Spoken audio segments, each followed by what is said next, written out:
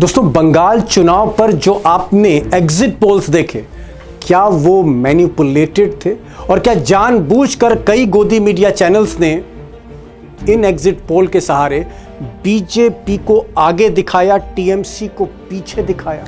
अब सच ये है कि इस एग्जिट पोल को लेकर पूरे बंगाल में हंगामा है और वहां के पत्रकारों का और अखबारों तक का कहना है कि ममता बनर्जी को हराना इतना आसान नहीं है और जो ग्राउंड जीरो की रिपोर्ट है वो इस एग्जिट पोल को गलत बता रही है। अब दोस्तों, क्योंकि पूरे बंगाल में हंगामा था, इसलिए ममता बनर्जी को एक स्पेशल वीडियो मैसेज, एक विशेष वीडियो संदेश जारी करना पड़ा, जिसमें उन्होंने कहा, हालांकि बंगाली में, लेकिन उसका जिस्ट ये है कि ममता बनर्जी ने कहा कि ये जो एग्जिट पोल आपको दिखाए जा रहे हैं ये सब झूठे हैं और उनकी पार्टी यानी टीएमसी, तृणमूल कांग्रेस, इस बार सरकार बनाने जा रही है। ममता बनर्जी ने आगे कहा कि उन्हें 226 सीटें मिल रही हैं, 226, यानी बहुमत की संख्या 148 से काफ़ी ज़्यादा। अब बंगाल के एग्जिट पोल पर सारे विपक्ष ने हंगामा कर रखा है और ममता बनर्जी ने जो आज कहा उसका समर्थन विपक्ष कर रहा है। अखिलेश यादव ने भी खुलकर ममता बनर्जी का समर्थन किया है। बंगाल में आदरणीय दीदी ऐतिहासिक वोटों से जीतने जा रही हैं। अब ममता बनर्जी दरअसल ये कहना चाह रही थी कि कल जिस तरह से गोदी मीडिया चैनल्स ने बीजेपी को प्रोजेक्ट करना शुरू किया बंगाल में कि बंगाल तो बीजेपी के नाम हो गया है, मोदी शाह जीत गए, जैसे चाणक्य का जो सर्वे है जिसको पूरी तरह फोकस किया गोदी मीडिया में, उसमें टीएमसी को 140-130 सीटें दिखाई जा रही हैं, बीजेपी को 160 दिखाई जा रही हैं। पी मार्क अगर आप ये देखें तो अर्नब गोस्वामी ने इसको काफ़ी जो है वो प्रोजेक्ट किया अपने चैनल पर। 118-138 टीएमसी को मिल रहा है, 175 बीजेपी। ऐसे और भी कई जो है सर्वे आए थे जिसमें बीजेपी की सरकार बनती हुई दिख रही थी। इसीलिए ममता बनर्जी कह रही हैं कि ये गलत है, हमारी सरकार बन रही है, हम बहुमत की संख्या से बहुत ऊपर हैं, हम 226 पर खड़े हैं। अब दोस्तों, एग्जिट पोल में अगर सही सैंपल साइज लिया जाए, सही तरह से सर्वे किया जाए तो ये साइंस, ये स्टैटिस्टिक्स गलत नहीं हो सकती, सर्वे गलत नहीं हो सकते, एक्यूरेसी होती है। और आज से 25-30 साल पहले जब दूरदर्शन में विनोद दुआ आते थे या योगेंद्र यादव आते थे या प्रणव राय आते तो एग्जिट पोल सही होते थे, एक्यूरेट होते थे।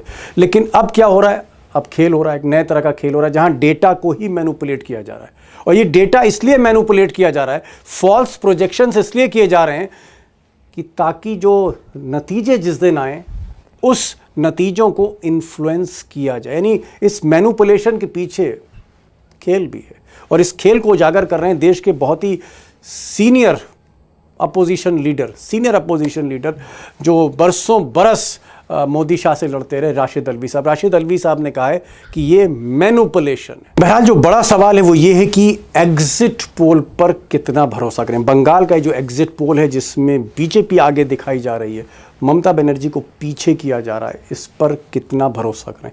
ये डाटा कितना फैक्चुअल है, ये सर्वे कितना ऑथेंटिक है, इस पर भरोसा कितना किया जाए? और सबसे बड़ी बात, बंगाल से जो ग्राउंड जीरो की रिपोर्ट आ रही है उस पर कितना भरोसा करें? अब जो पहला सवाल है और पूरा देश ये सवाल कर रहा है, चर्चा है पूरे देश में, सट्टा खेला जा रहा है इसी पर अरबों रुपए का। मैं ये जानना चाह रहा हूं कि ये जो एग्जिट पोल गोदी मीडिया के हमने आपने कल देखे, क्या ये एग्जिट पोल पलट भी सकते हैं बंगाल के? उल्टा भी हो सकता है, बीजेपी की जगह ममता की सरकार बन सकती है। ये तो बिल्कुल बन सकते हैं। देखिए, एग्जिट पोल का साथ हम सहमत नहीं हैं। अभी जो ग्राउंड रियलिटी दिखाई दे रहा है, सबका अनुमान जो है, आंकड़ा जो ग्राउंड में रिपोर्ट आता है कई चैनल का, मेरा नहीं बोल रहा है, जो प्रतिष्ठित चैनल का, चाहे गोदी मीडिया कहिए, कोई जो भी कहिए, और जो बाकी जो रिपोर्टर है, जो फीडबैक आ चुके हैं, इवन बीजेपी का अंदर में अमित शाह का वार रूम का जो अपना फीडबैक आज सुबह मैंने ले चुका है, उसमें किसी प्रकार से 148 जादू आंकड़ा है, बीजेपी क्रॉस नहीं कर रहा है, साफ तौर पे बोल देता हूं। नंबर वन, बीजेपी वाले आप कह रहे हैं कि बीजेपी में जो अमित शाह का वॉर रूम है, जहां सारी पॉलिटिकल स्ट्रेटजी बन रही है, वहां पर भी कोई मानने को तैयार नहीं है कि बीजेपी सरकार बना रही है। अरे उसके पास फीडबैक आया ही नहीं, उससे करीबन कम से कम 20 सीट कम आ रहा है, 20, 25, 30 सीट कम आ रहा है। जहां से भी फीडबैक लो, 4 दिग्गज नेता बंगाल के मान लो, श्रमिक भट्टाचार्य प्रेसिडेंट है, शुभेंदु अधिकारी लीडर ऑफ अपोजिशन है, चाहे दिलीप घोष पहले वाला जो एमपी 77 सीट पे लेके गया, चाहे सुकांत मजूमदार हो सेंट्रल मिनिस्टर पहले का प्रदेश अध्यक्ष हो, कहां से भी फीडबैक, और even the feedback of RSS कतई उसको किसी प्रकार से जादू आंकड़ा 148 का ऊपर नहीं जा रहा है, उसका उससे बहुत दूर है। नंबर ठीक है, 1। 140 नंबर जी। 2, अगर मान लो एग्जिट पोल सही है, बीजेपी आ रहा है, मान लो, तो सुनामी हो जाएगा। बीजेपी किसी प्रकार से 165, 170 ऐसा नहीं होगा, बीजेपी 220। बंगाल का इतिहास ऐसे ही कहते हैं, अगर कोई सरकार में हार जाएगा एंटी इनकम्बेंसी के लिए चलते, तो वो 200 प्लस होगा, और ममता बनर्जी घाट के 50-60 सीट पे आ जाएगी, और ममता खुद भवानीपुर में हार जाएगी। माने ऐसा नहीं है, अगर सुनामी होता है, चाहे हंगेरी का पार्लियामेंट चुनाव देखो या बंगाल का, ऐसा ही होता है। नहीं, मतलब आप 2011 में भी हुआ। समझ गया। मतलब सार ये है दोस्तों कि अगर अगर बीजेपी वाकई सरकार बनाने जा रही होती, तो दादा का मानना है कि भाई सुनामी दिख रही होती है और सुनामी कहीं नहीं है। दादा एक चीज बताइए, क्या आपको लग रहा है कि 120 सीटों से ऊपर नहीं पहुंच पाएगी बीजेपी? देखिए आज का स्थिति जो है, अभी पूरा आंकड़ा हर जगह से फीडबैक नहीं आया। हम बीजेपी ऑफिस का भी आंकड़ा नहीं आया, टीएमसी का भी पूरा नहीं आया, और सीपीएम का लेफ्ट का भी पूरा नहीं आया।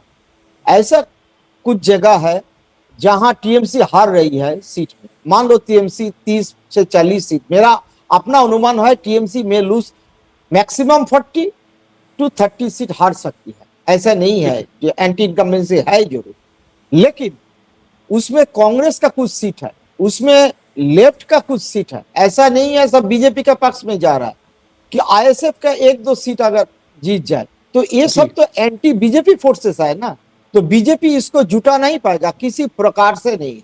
दादा अगर आप कह रहे हैं 30-40 सीट कम हो सकती है ममता बनर्जी की पिछली बार से, तो अगर 30-40 सीटों का नुकसान है इस बार दीदी को, तो क्या तो भी दीदी 170-165 सीट के ऊपर जा रही हैं, सरकार बना रही हैं? एकदम में 170 का नीचे अभी भी तृणमूल दिखाई नहीं दे रहा है, प्लस माइनस 5 मान लीजिए तो 165, 175। और जी। किसी प्रकार से बीजेपी का, इवन हम वही ना बताया आपको, ये बीजेपी का जितना भी फीडबैक है, नॉर्थ बंगाल के तो फीडबैक आ चुके थे पहले 75, बाद में अमित शाह इसको थोड़ा समझाया, दूसरा फीडबैक लिया, तब भी वो लोग बोला 80 से ऊपर नहीं जा रहा, आउट ऑफ 152 मान के लिए चलिए 80। अभी उसका कितना चाहिए, अभी 48 प्लस 20, मतलब उसका फिर 68 सीट चाहिए सरकार बनाने के लिए। किसी प्रकार लिख लीजिए 142 में उसका 68 सीट आना इतना ही मुश्किल है जैसा अनुपम खेर का सिर पे बल आना मुश्किल। क्या मिसाल दे दी साहब, क्या मिसाल दे दी कि उतना ही मुश्किल बीजेपी का जो है वो सेकंड राउंड जीतना है जैसे अनुपम खेर के सर पे बाल। खैर कोई हमारी इलविल नहीं है, अनुपम जी उसको अन्यथा मत लें अगर सुन रहे हो कहीं, या देख लें इसको। अभिषेक भाई सीरियस नोट पे आता हूँ, क्या आपको लगता है, क्योंकि आप मीडिया को फॉलो करते हो, डेटा और स्टैटिस्टिक्स को आप बहुत छाती से लगा के अपने चलते हो, बंगाल की जो मीडिया है और जो दिल्ली में गोदी मीडिया है, बड़े बड़े चैनल हैं, हिंदी न्यूज़ चैनल्स हैं, अंग्रेज़ी की न्यूज़ चैनल हैं, इन दोनों के बीच में भी आपको कहीं डिफरेंस दिख रहा है कि बंगाल की मीडिया कुछ कह रही है, दिल्ली की मीडिया कुछ कह रही है, यानी बंगाल की मीडिया अभी भी नहीं स्वीकार कर रही है कि बीजेपी की सरकार बन रही है? क्या ऐसी स्थिति है अभिषेक जी? देखिए, जो बात दादा कह रहे हैं, प्रसून दादा, वो बिल्कुल सही कह रहे हैं। पश्चिम बंगाल के अंदर भारतीय जनता पार्टी का सत्ता में आना बहुत मुश्किल है, लगभग नामुमकिन की स्थिति तक हम सोच सकते हैं। हालांकि राजनीति में नामुमकिन कुछ होता नहीं, लेकिन पश्चिम बंगाल में भारतीय जनता पार्टी के लिए जो हालात हैं, मुझे लगता है कि 10-20 सीट बीजेपी की बेहतर हो सकती थी अगर भारतीय जनता पार्टी ममता बनर्जी पर पर्सनल अटैक पर नहीं जाती या बांग्ला अस्मिता को कहीं ना कहीं चोट पहुंचाने जैसे बयान जो या उसके अर्थ जो सामने आए उस हद तक मामला नहीं जाता। मतलब आप कह सकते हैं कि भाजपा 100 सीट पार करती हुई गारंटेड नजर आती, जो आज गारंटेड नजर नहीं आ रही है। ओके पार कर भी सकती है, नहीं भी कर सकती है, ये स्थिति।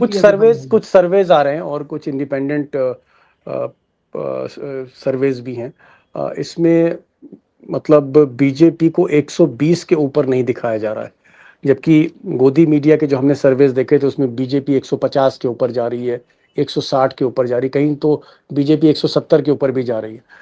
क्या आपको भी लगता है कि जो बंगाल में सर्वेज हाईलाइट हो रहे हैं और बीजेपी 120 या 125 के इर्द गिर्द है, आपको भी ऐसा लगता है? दीपक जी, मुझे लगता है कि ये मार्केट फोर्सेज के दबाव में या किसी दूसरे स्तर के दबाव के कारण ये 120 तक भी दिखाने की नौबत आ रही है। 120 सीटें मेरे गले नहीं उतर रही, वो भी भारतीय जनता पार्टी के लिए, क्योंकि बंगाल में जिस ढंग से चुनाव हो रहा है आप उसको देखें। दूसरी जगहों पर भारतीय जनता पार्टी हिंदुत्व की बात करती है, बंगाल के बाहर देश के दूसरे राज्यों में देखें तो बंगाल में सोशल इंजीनियरिंग के भरोसे वो इस कदर वहां पर खड़ी है कि उसके आगे उसे कुछ सूझ नहीं रहा। अब नॉर्थ बंगाल में आप देखें, वो राजवंशी, थोड़ा नीचे आने पर मतुआ की बात, थोड़ा इधर जाने पे मछली की बात, और इन सब पर भारी पड़ रहा है बीजेपी के लिए ममता बनर्जी का एक अपना ऑरा। इस बात में कहीं कोई दो राय नहीं है, कहीं कोई इनकार नहीं कर सकता कि जनता बदलाव के मूड में काफी हद तक आ चुकी थी, लेकिन बदलाव के लिए भारतीय जनता पार्टी एक विकल्प के तौर पर आम बांग्ला वोटर्स को दिखाई नहीं दिया। अब कलकत्ता को देखिए, कम से कम इस देश में जितने भी महानगर हैं, दिल्ली से लेकर के आप बेंगलोर चले जाए, मुंबई चले, जहां भी चले जाए, किसी महानगर में 108 सीटें नहीं है विधानसभा की, कहीं नहीं है। 108 सीटें ग्रेटर कोलकाता में है, और ग्रेटर कोलकाता वहां हिंदू मुस्लिम और तमाम चीजें छोड़ दीजिए, वो एक लाइन पर डिवाइड है, बांग्ला भाषी और नॉन बांग्ला भाषी। और जब चुनाव उस स्तर पर ग्रेटर कोलकाता में है, उसके बाद तो ममता बनर्जी को चुनाव जीतने के लिए आप कह सकते हैं कि फर्स्ट डिवीजन का मार्क्स उन्होंने वहीं से पा लिया। 2/3 सीटें उनकी जो चाहिए रिक्वायर्ड वहीं से मिल गई। बिल्कुल दो फैक्टर्स हैं, कलकत्ता में बहुत स्ट्रांग है, और कलकत्ता एकमात्र एक ऐसा महानगर है पूरे हिंदुस्तान में जहां सिर्फ और सिर्फ तो कलकत्ता का जो इर्द गिर्द का इलाका है वहीं 100 से ज्यादा सीटें हैं। ऑलमोस्ट आप कह सकते हैं 1/3 सीटें कलकत्ता में ही आ जाती हैं, और जितनी सीटें कलकत्ता में उतनी सीटों जो है वो मुस्लिम कंस्टिट्यूंसीज में भी हैं, चाहे वो नॉर्थ बंगाल देखिए, साउथ बंगाल देखिए, तो मुस्लिम्स हैं, महिला हैं, कलकत्ता उनकी स्ट्रेंथ है।